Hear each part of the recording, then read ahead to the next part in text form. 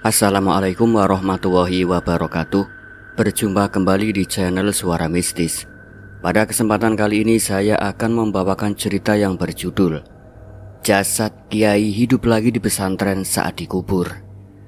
Nah, kira-kira seperti apakah alur cerita selengkapnya? Namun sebelum kita masuk ke ceritanya, buat kalian yang belum subscribe channel Suara Mistis, jangan lupa di subscribe terlebih dahulu, like dan komen. Jangan lupa nyalakan lonceng notifikasinya agar kalian tidak ketinggalan di cerita-cerita terbaru dari kami.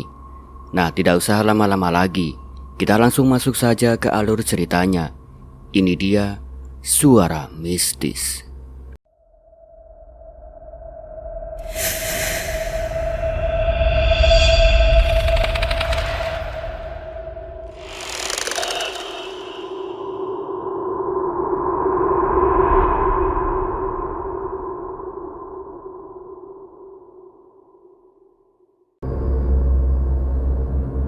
Di sebuah pesantren tua di desa Tanggumung, Madura, geger besar terjadi ketika jenazah seorang pria bernama Herli Rubianto, warga Sungai Bakau Kecil, Kalimantan Timur, tiba untuk dimakamkan. Awalnya semua tampak normal, santri dan warga membaca doa, taburan bunga sudah disiapkan. Namun tepat ketika liang lahat hampir ditutup, Herli hidup kembali. Santri histeris, warga berteriak takbir. Video detik-detik kejadian itu viral di media sosial. Banyak yang mengira ini karomah atau mukjizat. Namun di balik itu tersimpan rahasia yang kejam. Herli bukan hanya berpura-pura mati karena kehabisan uang, melainkan juga membawa dendam berdarah terhadap pesantren tempat ia pernah mondok dahulu. Saat kembali hidup, ia berubah menjadi sosok beringas, seperti kerasukan. Malam demi malam, santri mulai hilang satu persatu. Jasad ditemukan termutilasi di sumur tua pesantren. Herli diduga melakukan itu semua.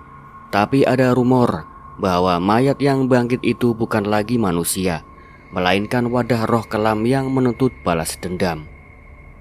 Pesantren yang dulu damai berubah jadi lautan darah.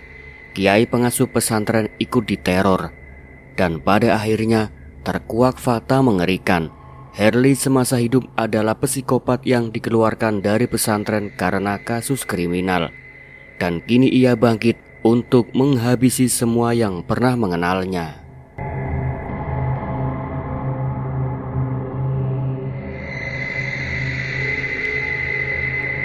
Langit Sampang sore itu mendung. Awan hitam menggantung berat di atas pesantren Tanggumung. Angin berhembus pelan, membawa bau tanah basah dan anyir keringat manusia. Puluhan santri dan warga berkumpul di halaman pemakaman kecil milik pesantren. Di tengah kerumunan, sebuah keranda diturunkan dari mobil bak terbuka. Herli Rubianto, nama yang akan diingat semua orang hari itu. Tubuhnya terbujur kaku dalam balutan kain kafan. Wajahnya pucat dan membiru. Mata tertutup rapat seakan sudah damai. Para santri melantunkan tahlil begitu lirih, sementara suara tangis kecil beberapa jamaah terdengar di sela-sela doa. Kiai pesantren, wajahnya tenang namun berkerut dalam kelelahan, berdiri di dekat liang lahat yang baru digali. Bismillahirrahmanirrahim, ucapnya lirih. Tangannya menunjuk agar para penggali menurunkan jenazah. Ketika tali keranda diturunkan, udara sekitar mendadak berubah dingin. Beberapa santri merinding. Bulu kuduk mereka berdiri tanpa sebab. Seekor burung gagak melintas rendah. Suaranya serak dan panjang, membuat beberapa orang menoleh. Suara jantung entah dari mana terasa berdegup keras di telinga. Saat kain kafan hampir menyentuh dasar liang lahat, terdengar batuk keras.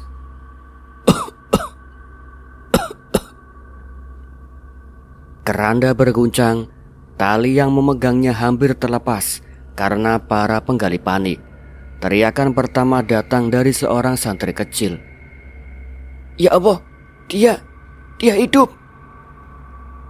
Kain kafan itu bergerak. Jari-jari jenazah mencengkeram kain dan menggeliat. Dalam hitungan detik, Herli duduk di atas keranda dengan wajah pucat. Matanya mendelik liar, mulutnya megap-megap seakan menelan udara setelah lama tenggelam. "Allahu Akbar! Allahu Akbar!" teriak jamaah. Sebagian lari mundur, sebagian menjatuhkan Al-Quran kecil dari tangan mereka. "Alhamdulillah, ini karomah!" seru seorang ibu sambil menangis histeris. Namun ada suara lain lebih banyak. "Setan! Setan! Mayat hidup! Astagfirullah!" Herli menggeram. Suaranya dalam, parau, bukan lagi suara manusia yang wajar. Ia memuntahkan cairan hitam pekat dari mulutnya, mengotori kain kafan putih yang melilit tubuhnya. Matanya melotot ke arah kiai, lalu ke kerumunan santri. "Aku belum mati," desisnya. Suaranya menyerupai bisikan yang diucapkan dari dasar sumur. Kiai yang sejak tadi diam menatap dengan pandangan kosong. Jemari tuanya menggenggam tasbih, namun wajahnya begitu tegang. Ada sesuatu dalam tatapan matanya, bukan rasa syukur, melainkan ketakutan yang ia sembunyikan. Kerumunan semakin panik. Ada yang berlari keluar kompleks pesantren. Ada yang berusaha mendekat namun ditahan orang lain. Kamera ponsel menyorot dari berbagai arah. Kilatan flash bercampur dengan jeritan. Herli lalu berdiri. Tubuhnya masih diselimuti kain kafan. Menyeret kakinya keluar dari keranda. Setiap langkah meninggalkan jejak cairan hitam di tanah. Ia menoleh perlahan. Senyum tipis menyeringai di wajah pucatnya. "Siapa yang berani menguburku?" Hening, hanya suara napas panik dan detak jantung ribuan telinga. Tiba-tiba seorang santri pingsan. Teriakan histeris kembali pecah. Sejak detik itu, semua orang sadar ini bukan kebangkitan biasa. Sesuatu yang jauh lebih kelam telah kembali bersama tubuh Herli Rubianto. Dan malam itu, pesantren Tanggumung akan mulai dicatat sebagai tanah kutukan. Video kebangkitan jenazah Herli menyebar begitu cepat. Dalam hitungan jam, cuplikan itu sudah membanjiri media sosial. Suara orang menjerit, takbir bersahutan, kain kafan yang bergerak. Lalu sosok Herli berdiri di tepi liang lahat dengan tatapan kosong. Judul-judul clickbait bermunculan. Ribuan orang menonton. Sebagian menulis komentar tak percaya. Sebagian lagi menyebut ini tanda akhir zaman. Namun di dalam pesantren Tanggumung sendiri, suasana jauh lebih mencekam daripada di layar ponsel. Malam itu, Herli ditempatkan di sebuah kamar kosong di dekat gudang kitab tua. Beberapa santri ditugaskan mengawasi, tapi tak satu pun berani mendekat terlalu lama. Dari celah pintu, terdengar suara Herli berbicara sendiri. Kadang tertawa, kadang menangis, kadang bergumam doa dengan logat yang aneh. Santri bernama Ridwan yang masih remaja memberanikan diri mengintip. Cahaya lampu redup menyorot tubuh Herli yang duduk bersila. Kain kafan yang tadinya melilit tubuhnya kini sudah sobek, bercampur darah hitam dan tanah kubur. Bibirnya bergerak cepat, seakan melafalkan ayat, tapi nada suaranya melengking menyerupai orang menjerit di neraka. "Subhanallah," bisik Ridwan. Tubuhnya gemetar, lalu buru-buru pergi, meninggalkan pintu terbuka sedikit. Menjelang tengah malam, pesantren mulai hening. Hanya suara jangkrik dan sesekali anjing menggonggong di kejauhan. Santri-santri berusaha tidur, meski banyak yang terjaga dengan mata gelisah. Lalu terdengar ketukan pelan dari arah gudang kitab. Semakin lama, ketukan itu berubah menjadi gedoran keras, seperti seseorang mencoba mendobrak pintu. "Ridwan!" panggil seorang santri lain yang sekamar dengannya. Namun Ridwan tidak ada. tempat tidurnya kosong. Keesokan harinya pesantren heboh. Ridwan tidak ditemukan di asrama, juga tidak di masjid, tidak pula di halaman. Setelah pencarian setengah hari, barulah seorang santri menjerit dekat sumur tua belakang pesantren. "Ya Allah, di sini!" Mayat Ridwan terapung di dalam sumur. Wajahnya membengkak, matanya tercongkel hingga bolong, lidahnya terjulur panjang, tubuhnya penuh goresan dalam, seolah dicakar dengan kuku yang panjang. Air sumur berwarna merah kehitaman, berbau busuk dan menyengat. Beberapa santri pingsan melihatnya. Kiai datang, wajahnya pucat pasi, namun ia hanya berkata pelan, "Ini ujian dari Allah. Jangan sebar keluar pesantren." Tapi bisikan sudah menyebar. Santri pertama mati setelah Herli hidup lagi. Malam berikutnya, kamar Herli kembali terdengar suara aneh. Kali ini bukan hanya gumaman, tapi suara tawa panjang, tawa yang dingin dan menghina. "Sudah satu, tinggal banyak lagi." Santri yang mendengarnya kabur ketakutan, melaporkan pada Ustadz jaga malam. Namun saat pintu kamar dibuka, Herli hanya duduk dengan wajah polos dan tersenyum. "Aku hanya ingin tinggal di sini lagi," katanya lembut. Namun di sudut bibirnya masih ada bekas darah segar. Sejak saat itu suasana pesantren berubah. Santri tak berani tidur nyenyak.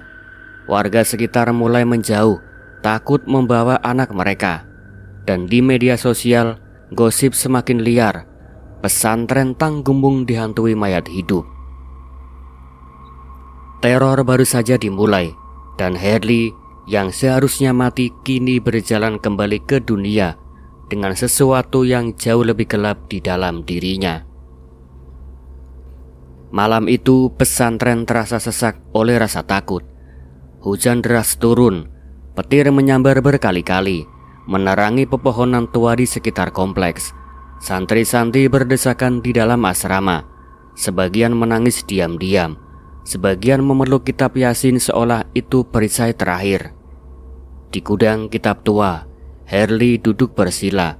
Lampu minyak redup memantulkan bayangan wajahnya yang pucat. Mata cekungnya berkilat merah setiap kali petir menyambar. Bibirnya berkomat kamit, tapi jelas bukan doa. Lebih mirip mantra yang meluncur dari lidah iblis. "Akan ada darah lagi malam ini.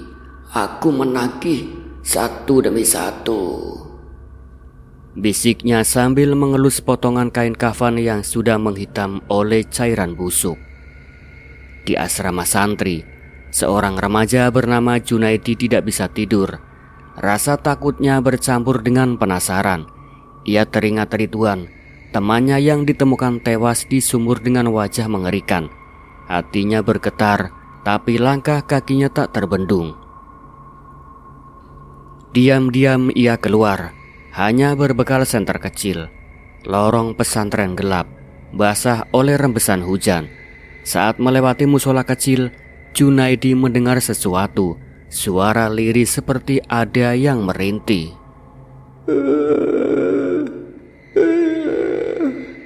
"Tolong!" Junaidi menyorotkan senter ke arah suara. Ternyata dari balik musola, suara itu semakin jelas. Ridwan!" bisiknya dengan gemetar. Ia melangkah, tapi mendadak sesuatu melompat dari kegelapan. Senter jatuh, cahaya berputar-putar di tanah, memperlihatkan kilasan mengerikan. Sosok Herli, wajahnya basah darah, matanya merah menyala, tangannya mencengkeram leher Junaidi. "Aku belum puas," desisnya. Jeritan Junaidi tercekik di tenggorokannya. Herli menyeretnya ke gudang dapur yang gelap. Petir menyambar, suara pintu besi berderit keras. lalu senyap. Keesokan paginya santri yang sedang mengambil air wudhu menjerit. Di kendong besar tempat air wudhu, mereka menemukan sesuatu yang tak seharusnya ada. Kepala Junaidi mengapung di air jernih, dengan mata meletot keluar, lidah terjulur panjang. Kulit wajahnya dikelupas sebagian seakan dicabik-cabik. Kentong penuh darah segar bercampur air. Tubuh Junaidi tidak ditemukan, hanya kepalanya. Santri berhamburan, ada yang muntah, ada yang pingsan. Kiai datang, wajahnya putih pasi. Ia berusaha menenangkan tapi suaranya bergetar. "Ini fitnah iblis, jangan sebarkan keluar," katanya pelan. Namun malam itu, seorang ustadz jaga menemukan coretan darah di dinding asrama. "Satu sudah di sumur, satu lagi di gentong. Semua akan ikut masuk ke dalam kubur." Tulisan itu basah dan masih segar, dan di bawahnya ada cap tangan merah yang jelas bukan milik manusia biasa. Jari-jarinya panjang, kukunya seperti besi tajam. Santri-santri kini hidup dalam ketakutan. Tidak ada yang berani ke kamar mandi sendirian. Tidak ada yang mau sholat malam meski biasanya rutin. Pesantren berubah jadi neraka kecil. Tempat kematian bisa datang kapan saja. Dan Herli, ia berjalan bebas di lorong-lorong gelap, dengan senyum tipis dan mata yang terus mencari mangsa berikutnya. Hujan sudah reda, tapi suasana pesantren Tanggumung masih berat dan menekan. Kentong wudhu yang semalam berlumuran darah sudah dikuras, namun bau amis masih menusuk di setiap sudut halaman. Santri-santri menunduk, tak ada lagi canda tawa, hanya ketakutan yang menyelimutinya. Kiai pesantren mengumpulkan para ustadz dan santri senior di ruang tamu. Wajahnya muram, matanya sembab seperti orang yang semalaman tidak tertidur. Dengan suara serak, ia berkata, "Semua ini bukan kebetulan. Kalian harus tahu siapa sebenarnya Herli Rubianto." 20 tahun yang lalu, Herli pernah menjadi santri di pesantren ini. Awalnya ia datang sebagai remaja pendiam, rajin mengaji, disayang oleh banyak ustadz. Namun seiring waktu, sifat aslinya muncul, ambisius, haus perhatian, dan mudah tersulut amarah. Ia sering terlibat perkelahian dengan santri lain, mencuri uang saku, bahkan merusak kitab kuning milik pesantren. Beberapa santri melapor, tapi kiai kala itu memilih diam. Namun puncaknya terjadi saat seorang santri perempuan bernama Rohani ditemukan tergeletak di gudang belakang pesantren dengan pakaian robek dan tubuh penuh lebam. Tangisnya tak pernah hilang di ingatan para ustadz yang mendengarnya malam itu. Rohani menunjuk satu nama dengan suara bergetar. "Herli yang melakukannya." Herli dipanggil ke hadapan kiai, tapi bukannya menyesal, ia malah tertawa. Aku hanya ambil yang aku mau. Bukankah di sini semua hanya budak doa?" Amarah santri lain meledak. Mereka beramai-ramai menyeret Herli keluar dari pesantren, memukulinya dengan kayu dan batu. Malam itu, darahnya mengalir di tanah pekarangan. Herli hampir tewas, tapi seorang ustadz menahan mereka agar tidak jadi pembunuhan. Akhirnya Herli diusir dengan tubuh babak belur, penuh luka, dan sumpah serapah dari mulutnya sendiri. "Aku akan kembali suatu saat nanti. Pesantren ini akan jadi kuburan kalian semua." Sejak malam itu, namanya dilarang disebut di pesantren. Kiai tua memerintahkan semua orang melupakan kasus itu, agar nama baik pesantren tidak hancur. Rohani dikirim pulang, dan kisahnya perlahan tenggelam dalam bisu. Kembali sebagai jasad yang hidup, kini sumpah itu terbukti. Herli kembali bukan sebagai santri, bukan sebagai manusia, melainkan jasad yang tak sudi mati. Seorang ustadz yang tua, Ustadz Salam, gemetar ketika menceritakan hal itu. Aku masih ingat waktu dia diusir, wajahnya penuh darah, tapi matanya menyala seperti iblis, dan sekarang ia benar-benar kembali. Santri-santri yang mendengar kisah itu pucat pasi. Beberapa langsung membaca ayat kursi keras-keras. Beberapa menangis, sementara yang lain gemetar memegang tasbih. Kiai menutup cerita dengan suara lirih. Herli bukan sekadar bangkit, ia datang dengan dendam, dan darah santri hanyalah awal dari apa yang ia inginkan. Pertanda mengerikan. Malamnya, ketika semua santri terlelap, suara azan subuh palsu berkumandang dari arah musola. Suaranya serak, panjang, penuh nada menyeramkan. Allahu Akbar, Allahu Akbar. Santri terbangun, bingung. Mereka keluar, tapi musola kosong, tak ada muazin. Di dinding musola tertulis dengan darah segar, Rohani masih menungguku, kalian semua akan menemaninya. Santri menjerit, dan malam itu mereka sadar dendam Herli bukan hanya pada pesantren, tapi juga pada jiwa-jiwa muda yang tak berdosa. Malam itu, hujan berhenti. Udara di pesantren Tanggumung menjadi pengap, seolah langit sendiri menahan napas. Bulan separuh bersembunyi di balik awan, menyisakan cahaya pucat yang menyorot bangunan tua pesantren.